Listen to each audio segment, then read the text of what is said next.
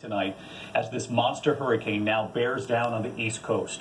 Late today, we learned winds are now reaching up to 140 miles per hour already, a Category 4. Millions now bracing for impact, and at this point, it looks like Florence will slam to the Carolinas Thursday, late afternoon, right into the evening. There are a couple of things very worrying about this hurricane. First, it is still growing larger in size and in strength.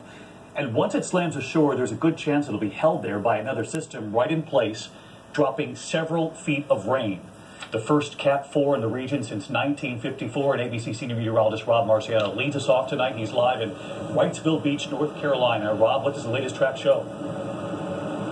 Well, it hasn't changed a whole lot, David. And unfortunately, Florence has followed the models and rapidly intensified into a dangerous hurricane. Those words from the National Hurricane Center at 5 p.m. tells you how serious this situation is. All right, let's break it down. As you mentioned, a Category 4 now with 140-mile-an-hour winds.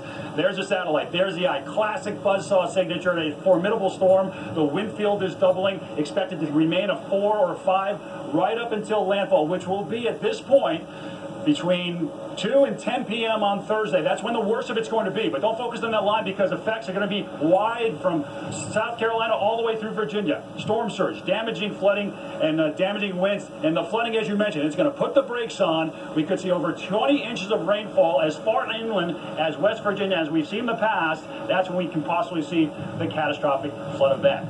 David? So between 2 and 10 p.m. Thursday, but as you point out, Rob, this could just sit there and dump rain very similar to Harvey a year ago. And in the meantime, Rob, we know this area is no stranger to hurricanes. You were telling us, actually, that the pier off over your shoulder there was actually destroyed by back-to-back hurricanes back in '96. Yeah, Hurricane Fran and Bertha. Back then it was wood. It was actually built in the 30s originally, but now it's been rebuilt in 2002 as solid concrete, shutting 1,200 feet out into the Atlantic Ocean. And by the time Thursday rolls around, that new engineering is going to be put to the test for sure. David? Along with so many families who live there in the region, we are thinking about them all.